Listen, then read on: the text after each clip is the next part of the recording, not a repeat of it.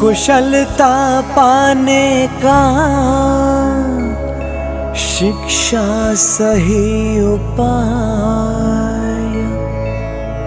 तुलसीदास के जीवन का ये अगला अध्याय। शेष सनातन सिखा रहे धर्म शास्त्र का सार। दिव्य सनातन संस्कृति जीवन का आधार। सागर बड़ा अथाह ये, इसमें ज्ञान अपार। वेद पुराण जो समझ गया उसका है उद्धार।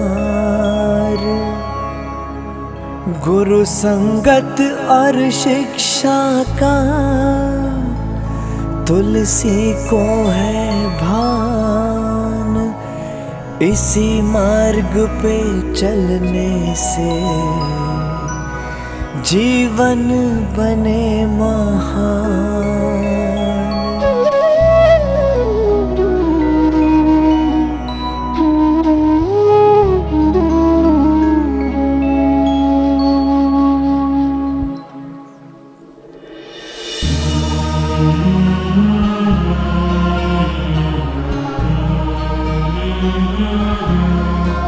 तुलसी,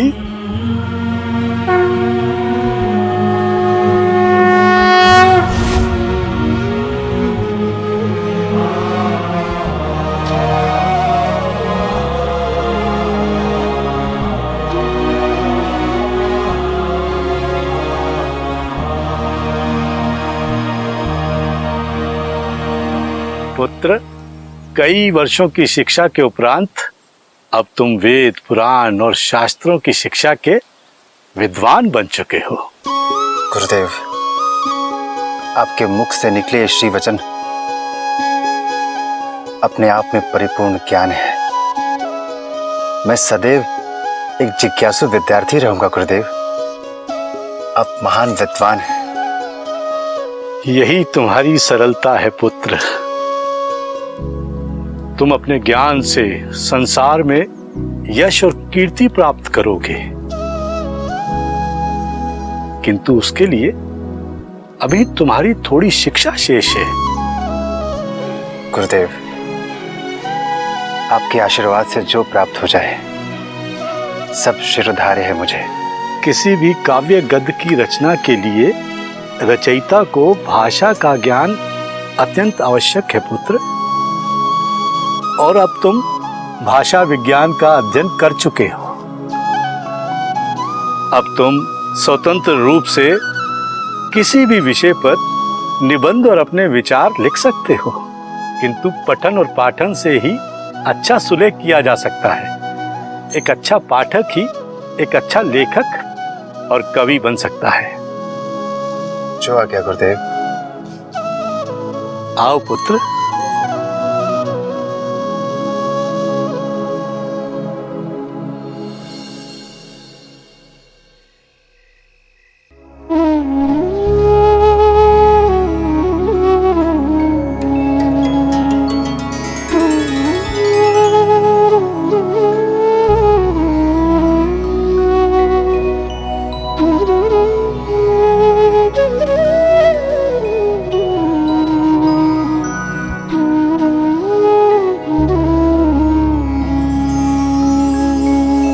कविता शक्ति हृदय में गुरुवर करे प्रदान। छंद व्याकरण सीख कर तुलसी भय विद्वान। बरस 15 बीत गए सीखत सीखत ज्ञान। 2 गुरुओं की शिक्षा से बन गए गुणों की खान। कविता शक्ति हृदय में गुरुवर करे प्रदान। छंद व्याकरण सीख कर तुलसी भय विद्वान।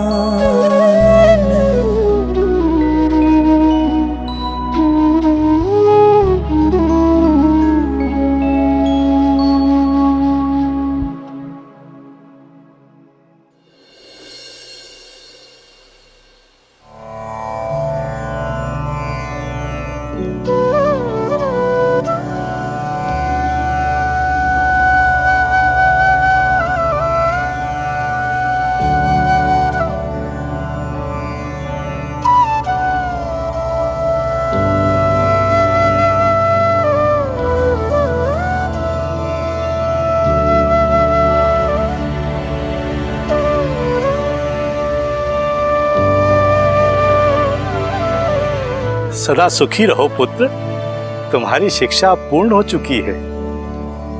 तुम अब इस संसार में अपने ज्ञान का प्रकाश फैलाने हेतु संपूर्ण रूप से तैयार हो गए हो। आगे जीवन तुम्हारे स्वागत के लिए खड़ा है। गुरुदेव, आप ज्ञान के सागर हैं और मैंने भी इस सागर से अपनी छोटी सी गागर भरने का प्रयास किया है। इसकी कुछ बूंदें प्राप्त करके मैं धन्य हो गया हूं गुरुदेव। आपकी कृपा दृष्टि मुझ पर सदैव बनी रहे। मेरा आशीर्वाद सदैव तुम्हारे साथ है पुत्र। जब तुम यहाँ आए थे तो तुम्हारी आयु 12 वर्ष और कुछ महीनों की थी। उसके पश्चात तुमने यहाँ 15 वर्ष रहकर अनवरत शिक्षा ग्रहण की। 27 वर्ष की आयु में तुम प्रकांड विद्वान बन चुके हो।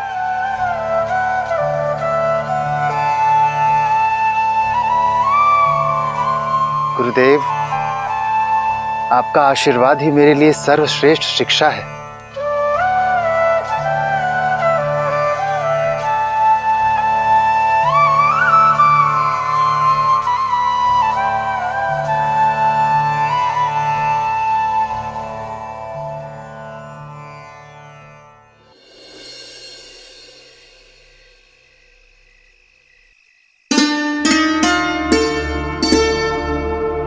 इस समस्त संसार में तुम्हारे नाम और यश का गुणगान होता रहेगा।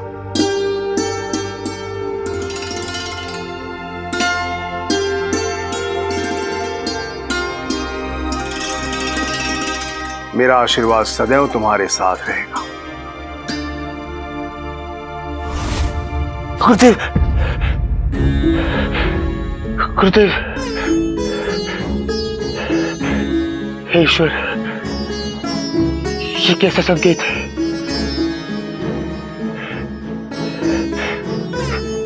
मेरे गुरुदेव ठीक तो है ना?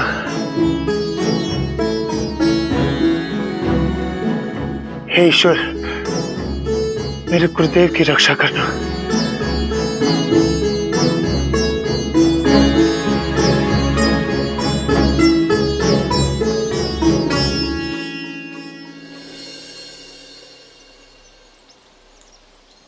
अब तो यह समस्या विकराल होती जा रही है विप्लव। कौन सी समस्या मित्र? उसी भयानक पिशाच की। आप लोग किस पिशाच के बारे में बात कर रहे हैं? वही पिशाच जो आश्रम के पीछे पीपल के पेड़ पर रहता है। परंतु मैंने आज तक कोई पिशाच नहीं देखा। देखा तो मैंने भी कभी नहीं, किंतु उसके बारे में आश्रम के वरिष्ठ विद्यार्थियों के मुंह से सुना है। मैंने तो अनुभव भी किया है। एक दिन रात्रि के समय मैं वहां से जा रहा था और उसी भयानक पिशाच की डरावनी आवाज सुनी। बड़े आश्चर्य की बात है, इतने वर्षों तक आश्रम में रहने के पश्चात मैंने उसके बारे में कुछ भी नहीं सुना। उसका आतंक अभी कुछ माह पूर्व ही शुरू हुआ है। सर्वप्रथम आश्रम के एक विद्यार्थी ने उसका भयावह रूप देख लिया था, किंतु वो इतना भयभीत हो गया था कि उसने ये बात किसी को नहीं बताई। और वही आवाज कल रात एक और विद्यार्थी ने भी सुनी। वो तो बहुत डर गया है। हे भगवान, ये पिशाच तो हमारे जीवन के लिए संकट पैदा कर सकता है।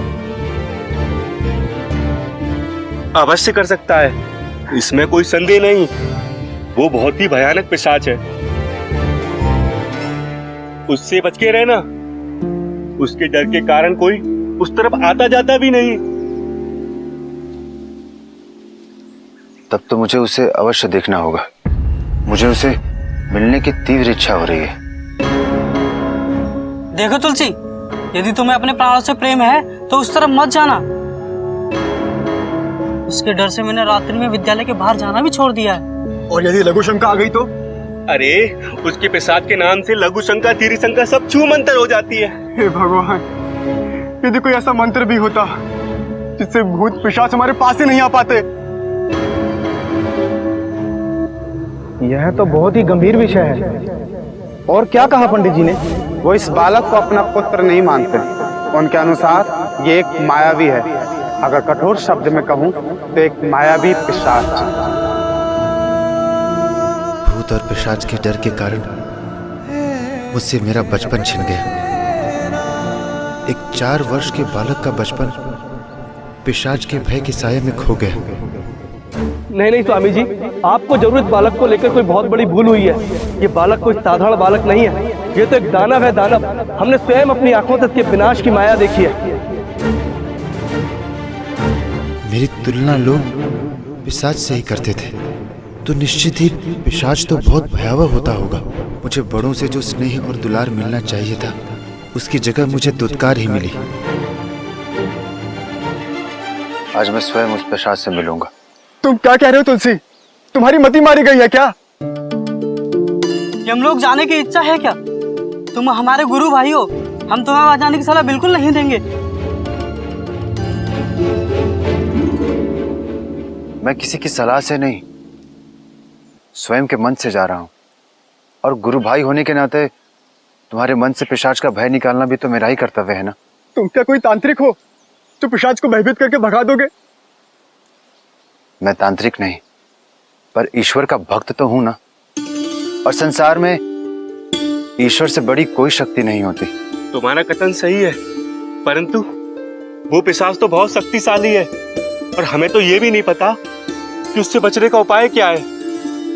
उपाय भी मिल जाएगा, ईश्वर हमें रास्ता दिखाएंगे। परंतु तुलसी, हम ये नहीं चाहते कि उस पिशाच के हाथों तुम्हारा कोई अनिष्ट हो। बाल्यकाल में इसके नाम से मेरा जितना अनिष्ट होना था वो हो चुका। अब मैं और किसी का अनिष्ट नहीं होने दूंगा।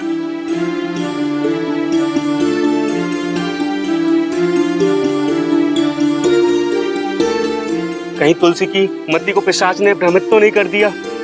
कैसी अनाप शनाप बातें कर रहा है। मुझे भी यही प्रतीत होता है, अन्यथा ऐसा होनहार विद्यार्थी ऐसी बातें क्यों करेगा?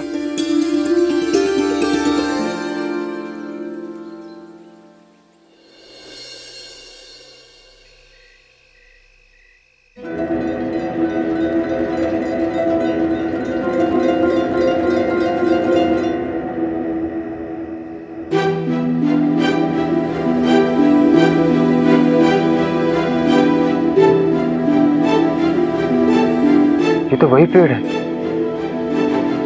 जिसके बारे में सब लोगों ने बताया था, परंतु यहां तो कोई नहीं है।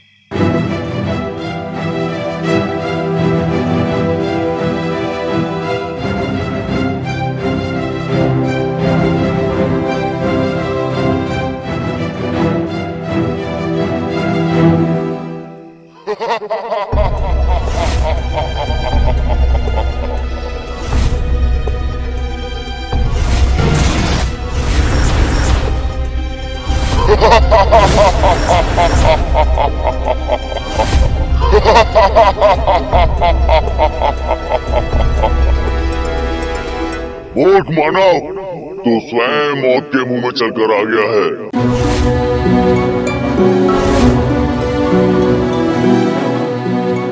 जीवन और मृत्यु ईश्वर के हाथ में होती है, और मैं जानता हूं तुम ईश्वर नहीं हो, इसलिए मुझे तुमसे भय भी नहीं है। ये स्थान मेरे अधिकार क्षेत्र में आता है। यहाँ पर कोई भगवान नहीं आ सकता। अब तुझे बचाने के लिए भी कोई नहीं आएगा। मेरी रक्षा के लिए ईश्वर सदैव मेरे साथ रहते हैं। राम कृष्ण हरि बोल, राम कृष्ण हरि बोल, राम कृष्ण हरि बोल। मूर्ख मानव, तू यहाँ से जीवित वापस नहीं जाएगा। अगर तेरा भगवान है तो देखता हूँ वो तुझे कैसे बचाता है।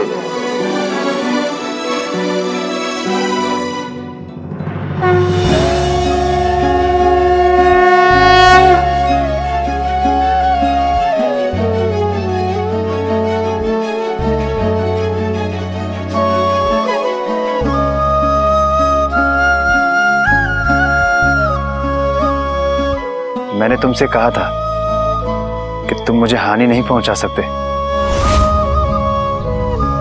देख लिया मेरे ईश्वर की शक्ति। मूर्ख मानव, तू यहाँ से बचकर वापस नहीं जाएगा।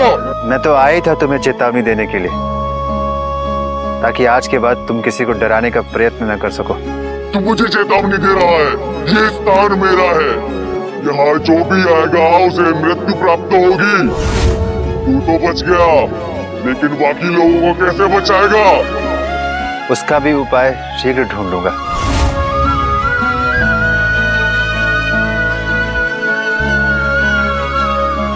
राम कृष्ण हरि नारायण।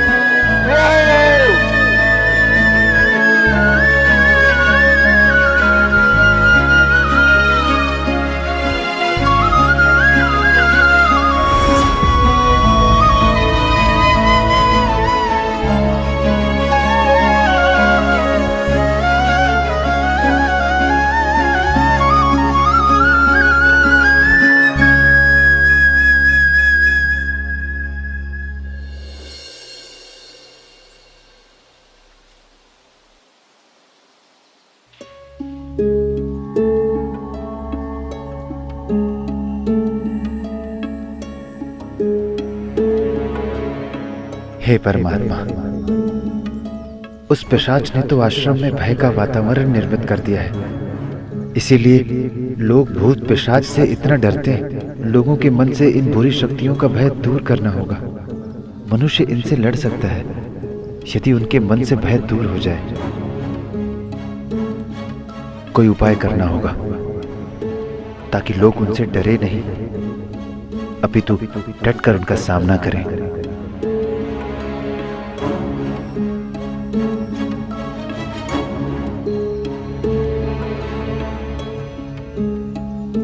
अरे तुलसी, तुम तो जीवित हो और एकदम भले चंगे भी। जीवित? तुम कहना क्या चाहते हो? इसका तात्पर्य है कि पिशाच तुम्हारा कुछ भी अनिष्ट नहीं कर पाया। अवश्य ही तुम्हारे पास कोई सिद्ध मंत्र है, तभी वो पिशाच तुम्हारा कुछ नहीं बिगाड़ पाया। हमें भी वो मंत्र दो ना। मेरे पास कोई सिद्ध मंत्र नहीं है। मैंने तो केवल अपने डर का सामना किया। मैं भी मनुष्य हूं, डर मुझे भी लगता है, परंतु मैंने अपने डर से जीतना सीख लिया है। किंतु ये कैसे संभव है? तुम्हारा सामना पिशाच से हुआ कि नहीं? हुआ ना, और मैंने उसे ललकारा भी। क्या तुमने पिशाच को ललकारा? मुझे विश्वास नहीं होता। मैंने तुमसे कहा भी नहीं कि तुम मेरी बातों पर विश्वास करो। मैंने तो वही किया जो मेरा मन किया। मुझे तुम पर विश्वास है तुलसी, लेकिन ये तुम कैसे कर पाए? डर हृदय में उत्पन्न होता है और मस्तिष्क को आज्ञा देता है। मैंने अपने हृदय को नियंत्रण में कर लिया था और तत्पश्चात मेरी आत्मा से आवाज आई कि कोई भी बुरी शक्ति तब तक आपका अनिष्ट नहीं कर सकती जब तक आप स्वयं को कमजोर न समझ लें, और फिर ईश्वरीय शक्ति भी आपकी सहायता करती है। तो फिर हमारे भीतर का डर क्यों नहीं जाता? क्योंकि तुम्हारा डर तुम्हारे आत्मबल से बड़ा हो गया है। मुझे तो यही लगता है तुलसी, जरूर तुम्हारे पास कोई सिद्ध मंत्र है, लेकिन तुम हमें देना नहीं चाहते हो। मुझे भी यही लगता है, वरना कोई पिशाच के पास कैसे जा सकता है? हम तो नहीं जा सकते। चलो चलते हैं, यहाँ समय नष्ट करने वाली ही बात है। अरिहंत, अरे मेरी बात तो सुनो। अरिहंत, इन्हें लगता है कि मेरे पास कोई सिद्ध मंत्र है, परंतु मैंने तो अपने आत्मबल से पिशाच का सामना किया है। मुझे किसी तरह इनके भीतर के आत्मबल को जगाना है, और ये तो केवल भगवान हनुमान जी ही कर सकते हैं। हे प्रभु राम भक्त हनुमान, आपके नाम से ही लोगों के हृदय में साहस भर जाता है। आपके नाम से भूत और पिशाच दूर भाग जाते हैं। इसलिए मैं आपका स्मरण करके नित्य प्रतिदिन संसार द्वारा आपके सुमिरन हेतु आपकी कृपा से एक पद्य की रचना करने जा रहा हूँ।